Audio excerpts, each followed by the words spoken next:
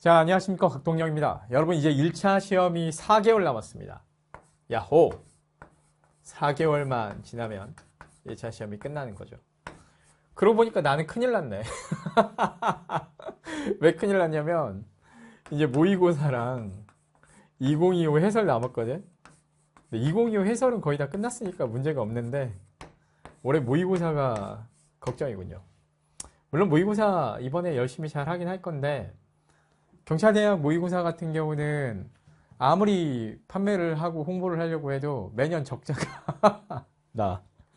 그래서 올해 어떤 방식으로 나갈지 되게 고민이 되는데, 여튼 2025 해설이랑 모의고사 이제 해야 될 시간이 4개월밖에 안 남았구나. 그럼 지금 좀 정신 바짝 챙기고 열심히 해야겠다라고 생각이 드네요. 여튼 이런 것들을 하면서 보내고 있는데, 여러분들 같은 경우도 이제 4개월 남았으면 지금은 제가 금방 말씀드렸던 것처럼 경각심을 좀 가져줘야 돼.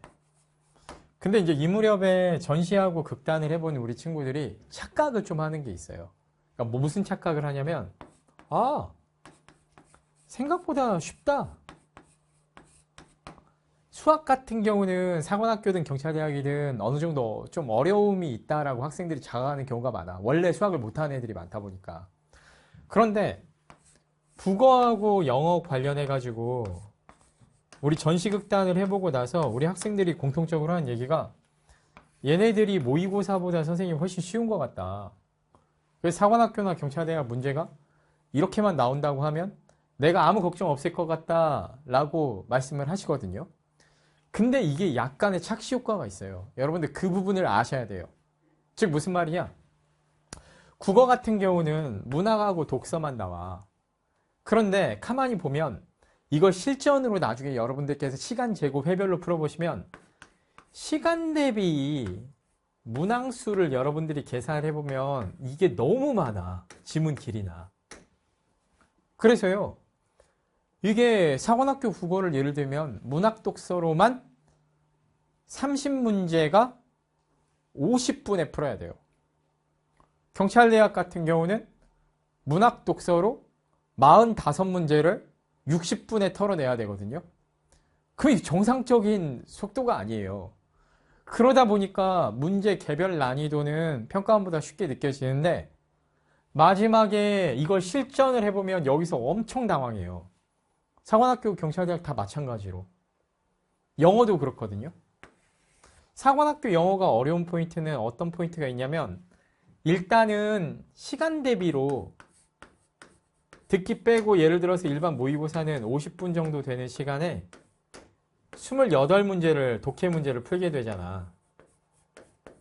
근데 사관학교 영어에서는 28문제가 아니라 30문제를 50분에 풀어야 돼. 근데 문제는 쉬운 유형이 없어. 그러니까 예를 들어 도표 추론 이런 거 없어요. 실용문 없어요. 그런 거. 그러니까 그런 것들을 제외하고 풀어볼 만한, 예를 들면 빈순삭 같은 게 문제가 많아, 개수가. 그래서 그러한 것들로 해서 50분 안에 30문제를 풀어야 되기 때문에 문제 개별은 평가원 고난도 문제보다 쉽게 나오는 경우가 많아. 작년에 사관 영어가 좀 어렵긴 했는데, 그리고 경찰대도 마찬가지야. 어휘 문제 5개 빼놓고 독해 문제가 40개야. 그걸 60분 안에 털어야 돼. 그러다 보니까요, 개별 난도는 여러분들이 쉽다고 착각을 할 수 있거든. 전시극단을 하다 보면. 근데 얘네들을 묶어놓고 모아놓고 풀면 괴랄한 시험이 돼버려요. 그래서 보통 일반 모의고사보다는 점수가 적으면 5점, 많이 떨어지면 10점 가까이 떨어지게 돼. 그래서 우리가 내가 3월 모의고사 끝나고 나서, 아, 내가 이 정도 점수 나왔으니까, 내가 국어 80점 나왔으니까 사관에서도 80점 나오겠지, 경찰대학에서도 80점 나오겠지, 안 나올 가능성이 높아. 보통은 10점 가까이나 15점 가까이 떨어지는 경우가 많아요. 그래서 어떻게 해야 되느냐? 그냥 올릴 수 있는 한도까지 최대한 다 올린다고 생각을 해줘야 돼. 그래서 수학은 모르겠는데 국어하고 영어가 쉽다고 느껴지는 거는 명확하게 착시 효과예요. 근데 여러분들께서 그거를 착각을 하고 방심을 해버릴까봐 선생님이 말씀을 드려요. 다만 실전 연습을 하고 이제 문제풀이 하고 하는 거는 여러분들께서 5월 달에 중간고사 끝나고 나서부터 아마 본격적으로 아마 시작을 하실 것 같은데, 그 전까지 기본적인 실력을 끌어올리세요. 예를 들어 영어에서는 실전 연습보다 그래도 기본 어휘력이랑 독해력 끌어올리고, 그리고 국어에서도 문학 독서를 조금 더 빨리 판단하고 정확하게 판단할 수 있는 기본적인 능력을 키우셔요. 그리고 이제 시간 짧게 잡고 이렇게 타임어택 하는 거는 보통은 5월달, 6월달 이렇게 2달, 7월달까지 3개월 연습하시면 충분하니까 아직까지는 그래도 실력을 올리는 기본 공부를 여러분들께서 계속 하셔야 된다라는 거를 꼭 좀 명심을 해주셨으면 좋겠어요. 그리고 이제 이번에 3월 모의고사 보니까 3월 모의고사 점수 보고 안심을 하는 친구도 있고 실망을 하는 친구도 있을 건데, 안심을 해도 모자란 거고 실망을 해도 모자란 거예요. 즉 무슨 말이냐? 아니 무슨 안심을 해요. 그냥 모의고사 한 번 잘 본 거 가지고 시험 한 번이 내 실력을 직접 그대로 정확하게 반영해 준다고 볼 수 있어? 아니지. 시험을 여러 번 봤는데 경향이 드러난다라고 하면 맞겠지만, 어쩌다 시험 한 번 잘 본 걸로 해가지고 내 실력이 뛰어나게 발전했다 이렇게 방심해서는 안 돼요. 그지? 그리고 마찬가지로 실망도 할 필요도 없어요. 왜? 점수가 생각보다 안 나왔어. 그럼 어쩔 거야? 그냥 3월 모의고사 망쳤으니까 올해 1차 시험 포기할 거야? 아니잖아. 어차피 해야 되잖아. 그러면 지금 실망할 것도 없고 안심할 것도 없어요. 남은 4개월을 죽기 살기로 꽉꽉꽉꽉 채워가지고 최선을 다해 주셔야지. 그래서 여기서 기죽을 것도 없고 방심해서도 안 된다라는 얘기를 꼭 드리고 싶어요. 이 영상을 아마 거의 대부분 3월 모의고사 보기 전이나 본 후에 직전이나 직후에 보실 것 같아서 이 마음가짐 같은 것들 좀 잘 정비해야 된다라는 거 말씀드리고 싶고, 이 시험이 절대로 그렇게 만만하게 쉬운 시험 아니다라고 여러분들한테 말씀 좀 드리고 싶어요. 왜 어디서 뭔 얘기를 듣고 와가지고 우리 학생들께서 얘기를 하시는데, 사관학교나 경찰대학 같은 경우 국어 영어 뭐 이제 엄청 쉬워서 따로 공부할 필요 없네 어쩌네 이런 얘기 하시더라고요. 근데 단언컨대 나는 아니라고 봐. 그래서 따로 공부를 조금 더 신경을 쓰고 기출도 풀어보고 하는 노력이 당연히 의미가 있다고 생각해. 그리고 여러분 또 요즘에 이제 뭐 여러 가지 사회적인 이슈 같은 것들이 있어서, 경찰대학 같은 경우는 작년에 커트라인이 엄청 올라갔는데, 그 경쟁률이, 사관학교 같은 경우는 이번에 뭐 정치적인 이슈 같은 것들 이것저것 해가지고 여러분들께서 이제 주변에서 그 학교가 좋네 어쩌네 입결이 어쩌고 저쩌고 이런 얘기 같은 것들 학교 가서 많이 듣는다, 고민이 된다 하시는 분들이 있는데요. 올해 같은 경우 2025년도 기준으로 병장 월급이 150만 원까지 올라간다고 하면요, 사관학교 생도들 같은 경우는 계급적으로 병장보다 더 위쪽에 있기 때문에 여러분 최하 150만 원 이상, 예를 들어서 여러분들께서 이제 품위유지비를 받게 되실 건데, 정확히 말하면 봉급이라고 하거든요. 봉급을 받게 되실 건데, 그러면 1, 2년 사이에 200만 원까지 인상이 된다며 그 계획이. 그러면 졸업할 때까지 제가 얼추 계산을 해보니까 우리가 품위유지비, 즉 그 사관생도 봉급에 해당하는 그 돈으로만 세금 어떻게 되는지 모르겠지만 거의 1억 가까운 돈을 졸업할 때까지 받게 돼요. 여러분, 학비를 내는 게 아니라 나라에서 제공받는 입금되는 금액만으로 해가지고 거의 1억 가까이 되는 돈을 입금을 받는다고 한번 생각을 해봐. 그런 대학은 없어. 근데 물론 혜택 좋은 대학은 많이 있지만 입결 기준으로 놓고 따져봤을 때 현재 사관학교 입결 정도의 성적대로 입학을 해서 졸업할 때까지 풀로 장학생 처리해주면서 금전적으로 품위유지비까지 그렇게 해서 엄청난 몇 억대 이상의 혜택을 받을 수 있는 대학은요, 단언컨대 대한민국에서 사관학교밖에 없어요. 네, 여러분들께서 그걸 좀 알아주셨으면 좋겠어. 물론 경찰대학도 아직은 장학 혜택 유지되고 있는 걸로 알고 있어요. 근데 그건 이슈화를 안 시키는 게 좋다고 생각해.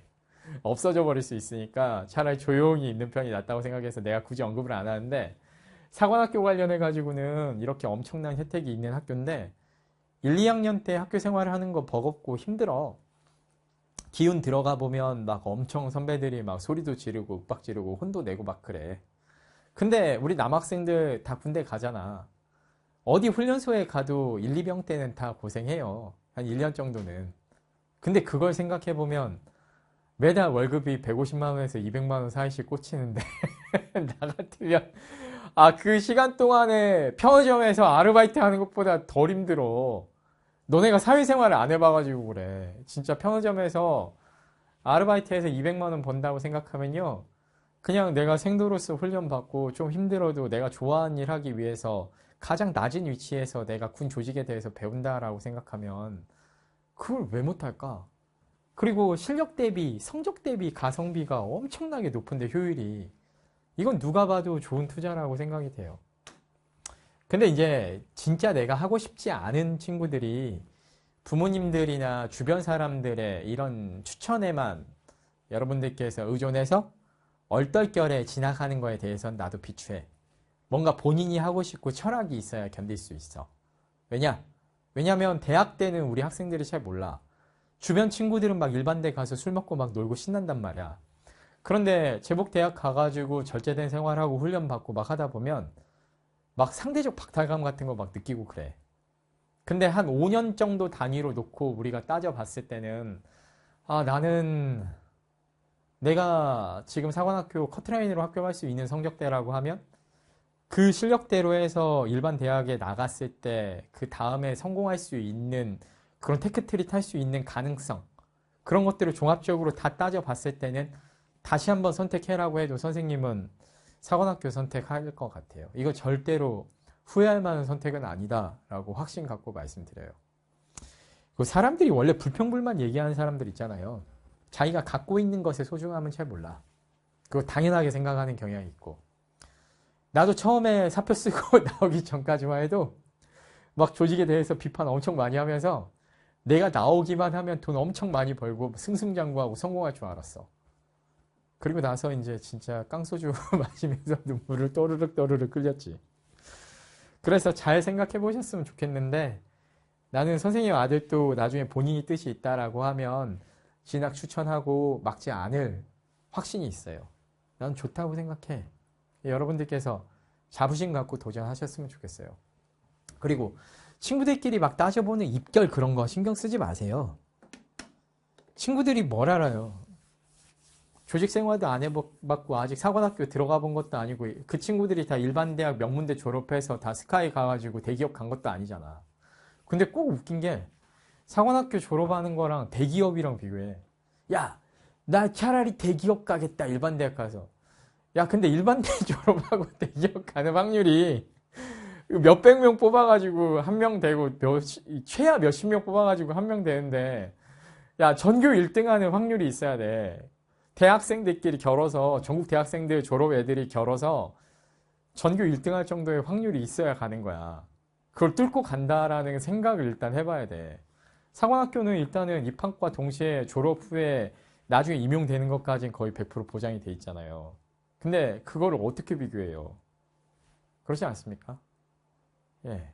그래서 엄청난 확률을 뚫고 나중에 자신이 있다면 모르겠지만 저는 종합적으로 판단해 봤을 때 절대로 나쁜 대학 아니다 라고 여러분들한테 확신을 좀 드리고 싶습니다.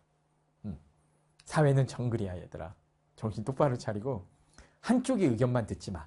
종합적으로 들어주세요. 나쁜 얘기하는 사람들 얘기도 한번 들어보세요. 그리고 여러분들께서 종합적으로 판단해 보셨으면 좋겠어요. 자, 오늘 여기까지 하겠습니다, 여러분. 이제 4개월 남았으니까 정신 빡 차리고 집중해서 갑시다. 파이팅!